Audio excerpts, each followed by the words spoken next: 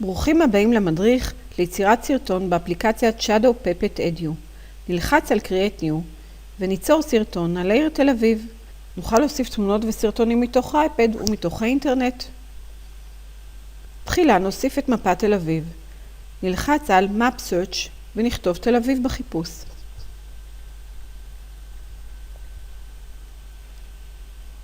נקבל את מפת תל אביב. כדי להוסיף את מפת תל אביב לסרטון, נלחץ על סמל המצלמה.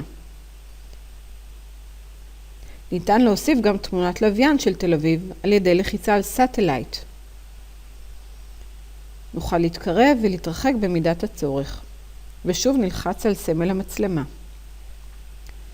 כעת נוסיף תמונות של תל אביב מתוך האינטרנט. נלחץ על Web Images. יופיעו לי כאן תמונות. נוסיף תמונות על ידי לחיצה עליהן.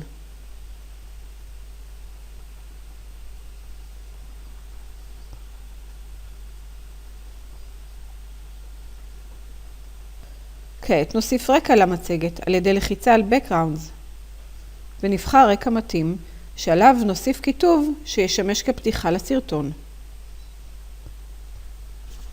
נלחץ על Reorder כדי לשנות את סדר התמונות. תמונות שמופיע להם הסימן X אלה תמונות שלא נוכל להשתמש בהן מאחר שהן מוגנות בזכויות יוצרים. נסיר אותן מהסרטון שלנו, ואת תמונת הרקע נעביר להתחלה. נלחץ על Next. בתמונה הראשונה נוסיף כיתוב תל אביב.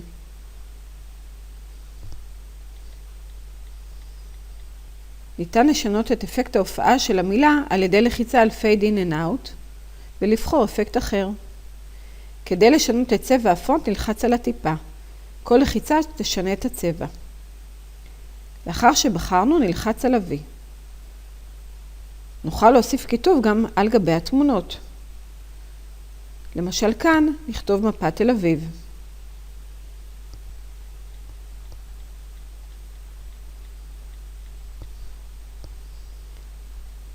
כעת נבחר מוזיקת רקע. נלחץ על התווים. נוכל לבחור מוזיקה מתוך מאגר האייטונס שלנו או מוזיקה מתוך מאגר האפליקציה. נלחץ על Background Music ונבחר. במידה ואנו מעוניינים לדבר בזמן הרצת הסרט, נלחץ על Music and Voice. במידה ואנו לא מעוניינים להוסיף הקלטה, נלחץ על Just Music. במקרה שלנו נלחץ על Music and Voice. נגיע לשקף הראשון ונקליט את רצף הופעת השקופיות. בזמן המעבר בין השקפים נוכל להדגיש אזורים בתמונה. נלחץ על Start ותוך כדי הקלטה נוכל גם לדבר. נגיע לשקף הראשון ונתחיל להקליט. לחיצה על החץ תקבע את זמן הצגת כל שקף. בזמן הצגת השקפים נוכל להדגיש אזורים בתמונה.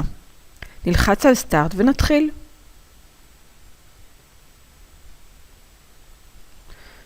זו העיר תל אביב.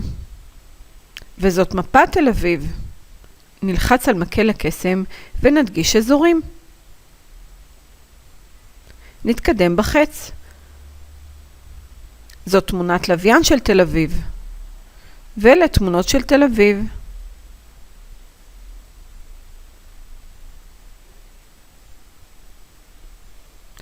לאחר הסיום נלחץ על ה-V. לחיצה על Copy Link תאפשר לנו לקבל את כתובת האינטרנט של הסרטון ולשתף אותו עם אחרים. בסיום נלחץ על Done. במסך הראשי יופיע הסרטון שיצרנו. אם נרצה לערוך אותו, ניתן לחיצה עליו. ולאחר מכן נלחץ על לחצן הריבוע מצד ימין למעלה ונפתח חלון. חלון זה מאפשר לנו לבחור עוד אמצעי שיתוף, לשמור את הסרטון במאגר התמונות של האייפד, להעתיק אותו ולהקליט מחדש ולמחוק את הסרטון. בהצלחה!